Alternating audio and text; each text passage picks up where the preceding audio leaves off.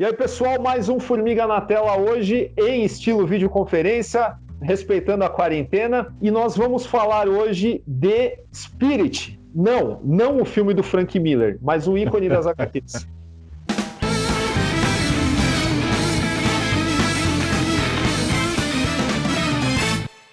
Bom, cara, acho que formulando assim uma primeira reflexão sobre por que a gente está falando sobre o Spirit, a gente fez um programa, né, sobre Ao Coração da Tempestade. Tem muita gente que pediria para a gente falar sobre outros grandes clássicos do Eisner, né, tipo Um Contrato com Deus, ou mesmo algumas graphic novels, né, para usar a expressão que ele mesmo usava, tão polêmica, tão controversa hoje em dia. Outras graphic novels menores, por assim dizer, dele, tipo Fagin, Judeu, talvez as pessoas pensassem, bom, seria normal do Formiga falar de outras coisas do Eisner, não do Spirit. Mas eu digo o seguinte, cara, quando você fala de um gênio, você fala sim das suas obras-primas. Quando você lembra, por exemplo, e eu aqui faço essa comparação sem medo nenhum, quando você fala, por exemplo, do Da Vinci, artista, a primeira coisa que te vem na cabeça é a Mona Lisa. Mas para historiadores, seja da arte, seja da história como um todo, não basta pegar as obras completas de Da Vinci para entender o seu gênio. Inúmeros dos seus esboços, dos seus esqueletos, das suas tentativas que não foram completadas, são objetos de estudo para você entender por que Da Vinci era o gênio que era. Aqueles esquemas de máquinas que ele desenhava eram brilhantes, mesmo sem serem completos. Eisner é a mesma coisa. Muita gente pode falar, pô, mas Spirit, cara, Spirit talvez seja a coisa menos elaborada que o Eisner fez. Mas foi uma das primeiras que ele fez, que ganharam grande exposição. Porque o Spirit, ele surge ali no dia 2 de junho de 1940 como um quadrinho de inserção. Era um tipo de técnica que eles usavam para competir com os quadrinhos que iam para as bancas, que eram uma espécie de suplemento dos jornais dominicais. É assim que o Spirit surge. Só que ele já na saída era muito diferente. E a aposta em cima desse suplemento dominical com um cara como Eisner, no caso o suplemento dominical em questão é o Register and Tribune Today, que ia às bancas justamente aos domingos com esse suplemento, a ideia era justamente chamar a atenção para algo que era diferente, para algo que tinha uma qualidade bastante distinta dos outros quadrinhos, principalmente os de super-herói que já faziam muito sucesso. Afinal de contas, a gente tem aí uma diferença de 2 anos entre a criação do Superman e o lançamento do Spirit. A ideia era usar o Spirit e um cara como Eisner para apresentar algo como algo de diferente. E no fim das contas acabou não sendo algo só diferente. Começou a mostrar ao mundo os primeiros esboços de um dos caras que ia ser um dos maiores nomes de toda uma forma de arte. Com certeza, e bom, é um timing e tanto, né? A gente nem combinou fazer o programa verdade. do Spirit. Fazer o programa do Spirit, assim, coladinho com o seu aniversário de 80 anos, né? Mas é curiosa a trajetória do Eisner, né? Que ali, quando ele cria o Spirit, ele tá com 22 anos, mas ele já era um cara bastante experiente no meio. E o caminho que acontece até chegar nesse personagem, que é, de fato, um divisor de águas nessa carreira, né? Não acho até um pouco injusta a comparação do Spirit com, por exemplo, os esboços do Da Vinci, porque o Spirit, ele é uma forma de experimentação muito válida, é o embrião de todas as tramas urbanas e humanas que o Eisner faria ao longo dos anos que o tornariam tão famoso. Mas é bacana a gente lembrar que quem deu o toque para o Will Eisner, que naquele momento já tinha criado assim, uma meia dúzia de personagens, né? Entre eles o famigerado Wonder Man, para o Victor Fox, que rendeu aquele processo de plágio, né, pela National por causa do Superman. O Eisner acabou até depondo nesse inquérito, mas é bacana que o Bob Kane falou para ele, não, vai ali que estão contratando e tal, tenta Bob lá, Kane. Conversa. É verdade.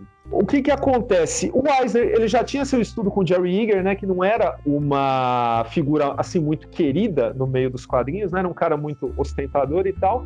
E a ideia dos suplementos, ela era uma oportunidade do Eisner se destacar daquele mundo, né, daquele frenesi do começo da Era de Ouro de se produzir cópias do Superman, né, produzir grandes sucessos e tal. Ele queria contar suas histórias mais humanas. Quando o caminho dele cruza com o Everett Arnold, né, o Busy Arnold, ele resolve romper com o Jerry Iger, né, e ir lá criar sua própria empresa e vambora, né, vamos lançar esse suplemento de jornal e colocar esse personagem.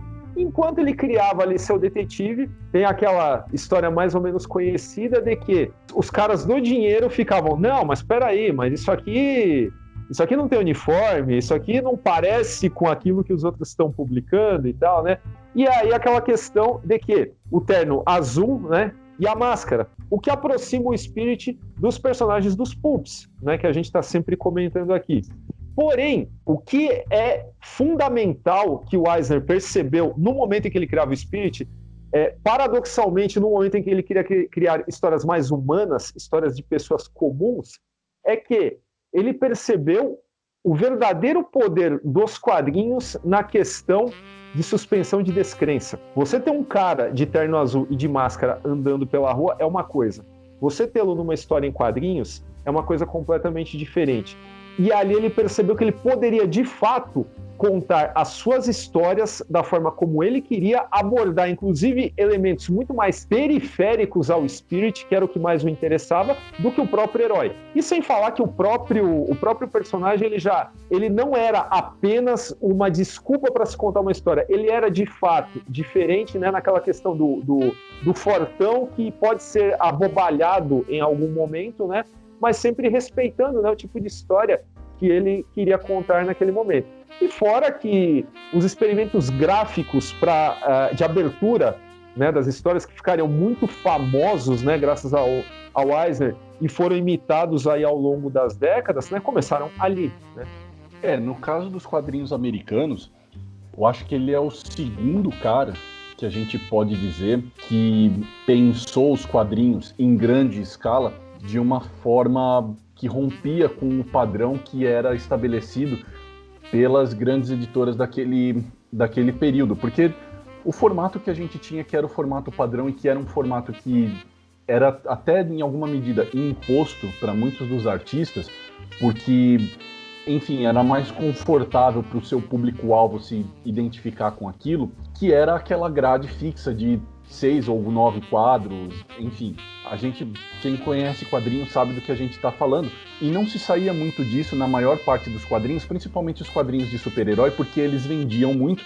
E você vê que não é cacuete de Marvel e DC de hoje. Desde sempre se fica numa zona de conforto porque sabe que o público gosta, então eles produzem dessa forma.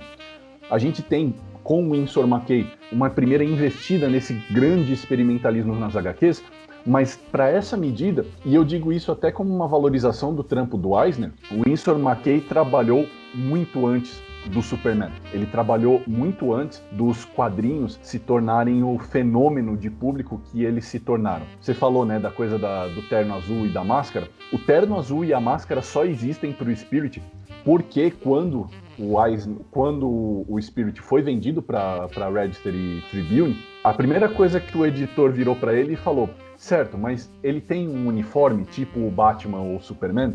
E aí rolou aquela história do Eisner: agora tem uma máscara, ele usa um terno azul e vambora.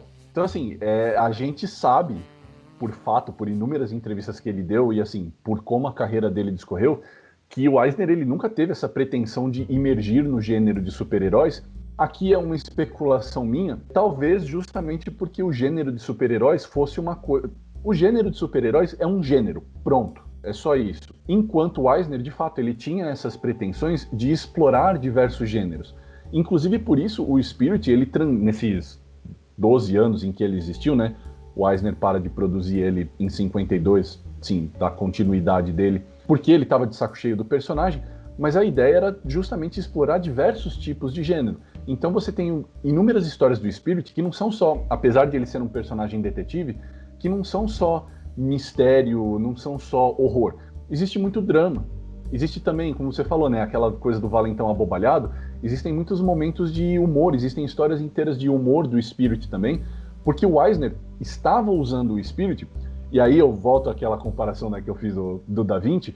O Eisner estava usando o Spirit como um storyboard, tanto estético para fazer o seu experimentalismo, aquela coisa de quebra de grade, aquela coisa de suspensão da forma da página e transitando tanto o deslocamento da narrativa, né, como a gente fala, né, do caminho do olho, até as próprias proporções dos personagens, coisa que iria influenciar inúmeros desenhistas posteriormente, inclusive caras como o Jack Kirby, que teve um intercâmbio com o Eisner, mesmo que nunca tivessem sido próximos. O Eisner, ele é um cara que usou o Spirit para desenvolver o seu estilo, que iria posteriormente revolucionar os quadrinhos nas suas obras maiores, tipo Um Contrato com Deus, tipo Ao Coração da Tempestade. Mas, em Spirit, a gente já vê isso. É só que talvez ele não tenha tido a oportunidade, por conta do momento e das motivações que levaram os editores a apostar nesse personagem, para realmente extrapolar tudo que ele tinha na cabeça.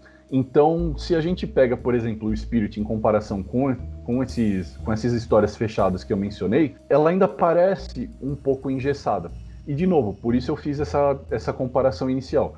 Porque o Spirit, ele, apesar dele ter um valor inerente, se você pega as histórias completas dele, elas são divertidíssimas ainda hoje, elas são extremamente envolventes, mas elas ainda servem como uma espécie de, sabe, caldeirão para ele experimentar coisas que depois, muito tempo depois, entre esse espaço de 52 até ali 78, né, quando ele lança o Contrato com Deus, você tem uma diferença de quase 25 anos, ele usa esse tempo pós-experimentalismo com o Spirit para amadurecer o seu estilo e aí sim apresentar o artista como a gente o conhece hoje.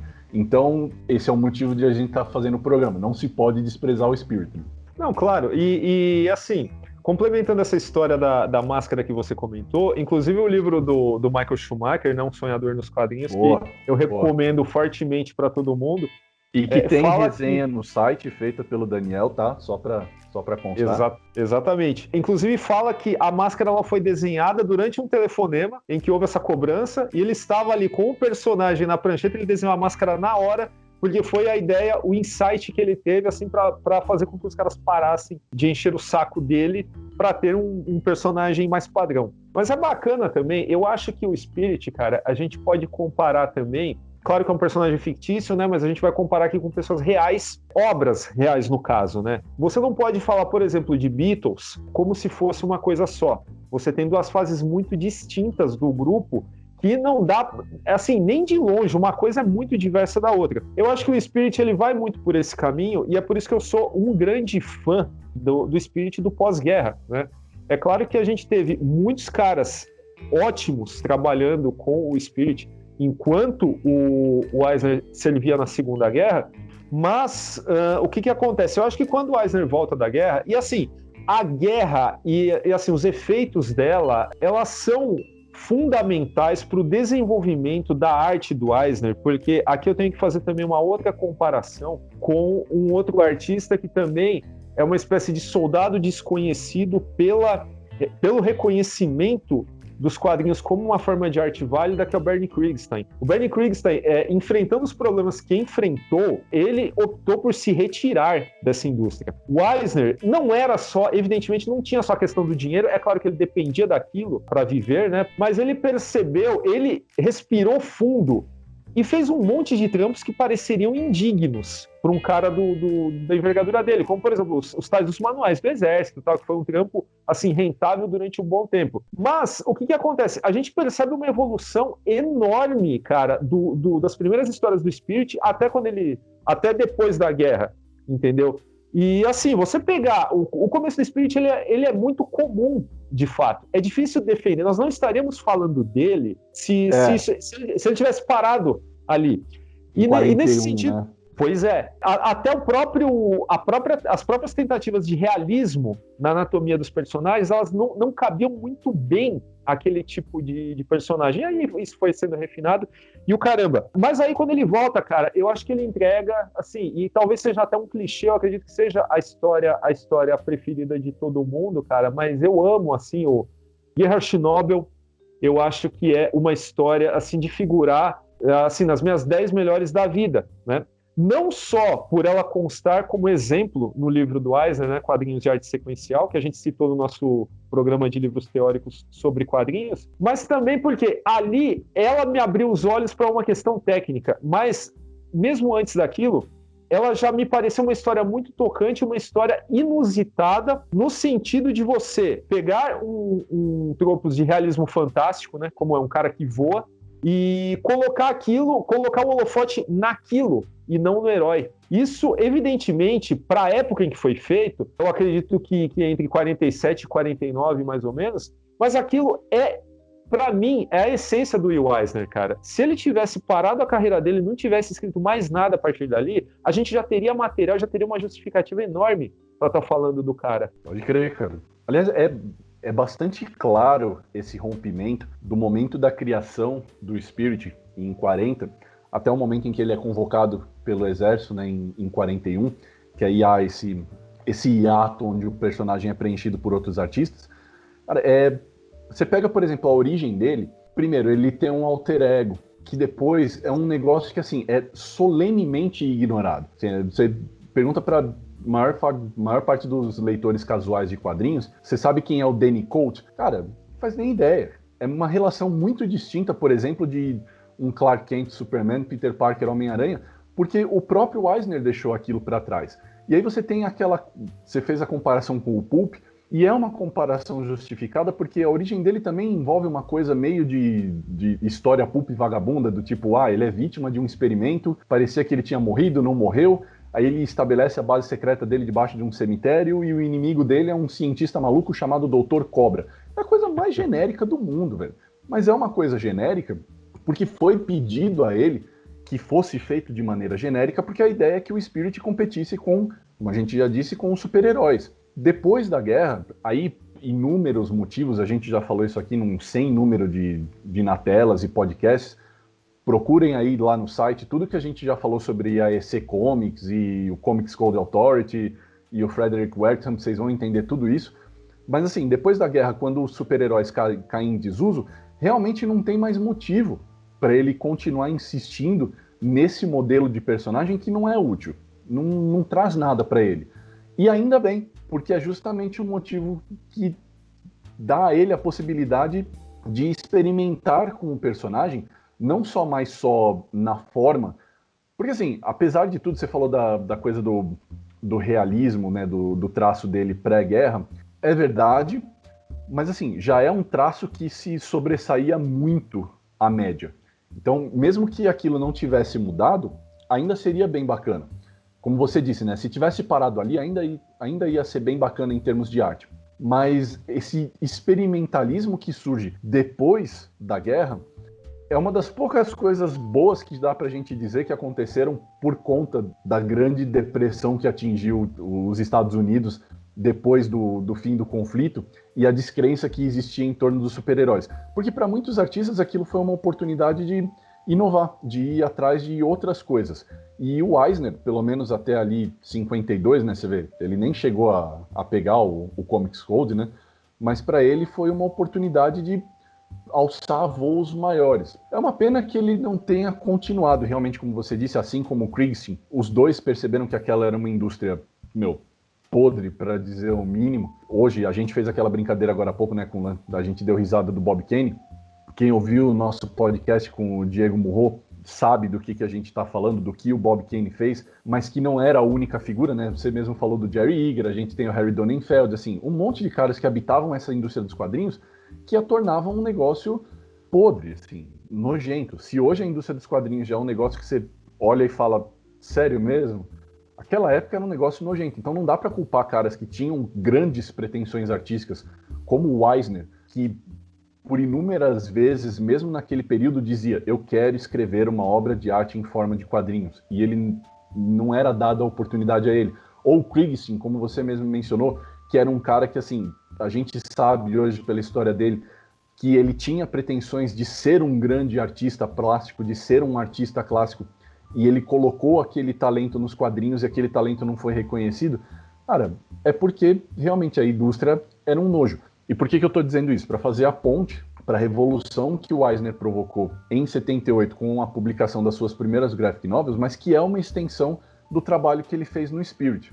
A gente tem que reconhecer também que uma das coisas que o Eisner tinha a seu favor era o tino comercial e a satisfação de ser patrão dentro dessa parada. Que era uma coisa rara, né, bicho? Exato. Não, as coisas não teriam acontecido como aconteceram se não fosse por isso, né? Porque todo esse negócio de estar à frente das negociações e tal, o próprio Spirit, os direitos eram dele por causa de negociações ferrenhas ali, né? Em cima dos caras. Não, vamos fazer um suplemento e tal, mas daqui a um ano, se parar, quando acabar o contrato, o negócio reverte para mim, depois a gente negocia de novo. Outros caras muito mais talentosos não tinham essa veia, né? Essa vontade de estar ali negociando contratos. Então, é claro, e até, sei lá, o time que substituiu o cara durante a guerra também poderia ser uma coisa muito diferente, porra. A gente nem falou do Lufine também, né? Foi um dos caras que ele levou. Verdade. Foi um dos caras que ele levou quando rompeu com o Jerry Eager, nesse projeto aí do suplemento tal, que apareceu o Comic Book Weekly, que apresentou o Spirit, Lady Luck e tal. O Lufine foi um dos caras que foi com ele, né? Porque ninguém suportava o Jerry Eager, né? É o que a história nos conta hoje, né? Mas é legal a gente falar também, cara, que assim, o personagem ele passou por inúmeras editoras nos Estados Unidos, né? Ele passou pela Harvey Comics, passou pela Warren, né? A Warren tem um imbróglio interessante por trás. Aliás, é uma editora que a gente tinha que comentar aqui em algum momento por causa dos quadrinhos de terror. Passou pela Kitchen Sink, né? Passou pela DC. Olha só. Pois é, que inclusive rendeu um breve crossover com o Batman, né? Nossa, cara, não só. Inclusive, aqui, cara, o Spirit, ele, assim, o fato dele estar nas mãos do seu criador, né, durante todo esse tempo, rendeu, assim, The New Adventures, né? Que é um negócio muito bacana, né? De você ter, a Devir lançou aqui, mas eu tenho orgulho aqui do meu importado e tal. Agora, é engraçado que aqui no Brasil esse personagem foi tão mal publicado, a gente não tem uma coleção tipo Spirit Archives, né? Como a que a DC lançou, né? Isso que é bom de você ter uma grande empresa publicando o personagem. Tem o Spirit Archives, né? Aqui a gente teve o quê? Cara, eu tenho muito orgulho disso daqui, que foi meu primeiro contato de criança com o personagem, traz a primeira história do personagem. Isso aqui, cara, eu vou te falar que eu tive quando era criança, eu perdi em algum tipo de mudança, em algum tipo de bagunça que aconteceu aqui, e depois de grande eu achei num sebo, cara. E aqui a gente tem a oportunidade, assim, para o leitor de primeira viagem, de comparar a primeira história do Spirit com algumas que foram feitas no pós-guerra. Ele também saiu em alguns álbuns da LPM, né, aqui no Brasil, que são bem bacanas, por sinal. Embora as histórias elas não tenham uma ordem cronológica, né? Seria pedir demais, né? Que organizassem isso, mas tudo bem. E também, em 1990, ele acabou indo parar na Abril, né, numa revista mensal. Pois é, cara, você vê que você falou das tantas editoras que houveram nos Estados Unidos, mas aqui também não foi diferente, né? Ele nunca teve uma continuidade na sua publicação, e nem é um personagem que, assim, durou tanto tempo, né, pra gente ter uma zona de publicação tão grande. É só que ele é muito antigo. Seria muito, você falou do Spirit Archives, já que nós temos editoras por aqui publicando tanto encadernado e buscando alternativas para vender, quer dizer, eu não sei o que vai ser, né, agora, depois dessa crise, provavelmente todo mundo vai colocar o pé no freio, mesmo as grandes, mas é um personagem que tem um puta público, que tem uma puta importância e relevância histórica, e mesmo esses álbuns da LPM, por mais que eles sejam legaizinhos e tal, eles sejam acessíveis, inclusive o amigo espectador pode procurar ele em sebo, é mais provável que você ache essas edições, porque acho que elas tiveram um volume um pouco maior. É um personagem que nunca teve o tratamento que merece, um personagem que nunca teve um tratamento adequado aqui no Brasil. E o que é uma pena, porque eu vejo muita galera comentar sobre o Spirit, mas eu também percebo que pouca gente de fato leu o Spirit. Apesar de toda a importância, né, do Eisner, apesar de toda a sua envergadura como autor, é um cara que, assim, nunca realmente penetrou nesse circuito atual de leitores de quadrinhos, e é um negócio que não poderia acontecer, porque muita gente que está trabalhando hoje, ou que trabalhou, sim, depois do Eisner, que foi muito influenciada por ele, e que está sendo celebrada hoje, fala da importância dele, e nós não temos esse material do Eisner. Nós temos ainda, sim, os grandes clássicos dele, né? Nós temos a maior parte dos materiais pós-78 publicados, mas a gente ainda não tem um tratamento adequado do Spirit. Isso é realmente uma pena. De fato. Agora, nós temos que abordar também que nós falamos que iríamos ignorar o filme do Frank Miller, né? E de fato, vamos, né? Até porque ele okay. Eu achei que você ia falar dele agora. Não. Eu só queria comentar que ele foi feito, tipo, cerca de 4 anos depois da morte do Eisner, né? Só quero deixar isso registrado, que o Frank Miller falou, ele teria aprovado se estivesse vivo. Tá bom. Então é isso, pessoal. Esse foi o Formiga na Tela, celebrando os 80 anos deste patrimônio dos quadrinhos mundiais, que é The Spirit, de Will Eisner. Acesse nosso site, formigaelétrica.com.br, procura a gente nas redes sociais, Facebook, Twitter, Instagram. No Instagram é @formiga.elétrica.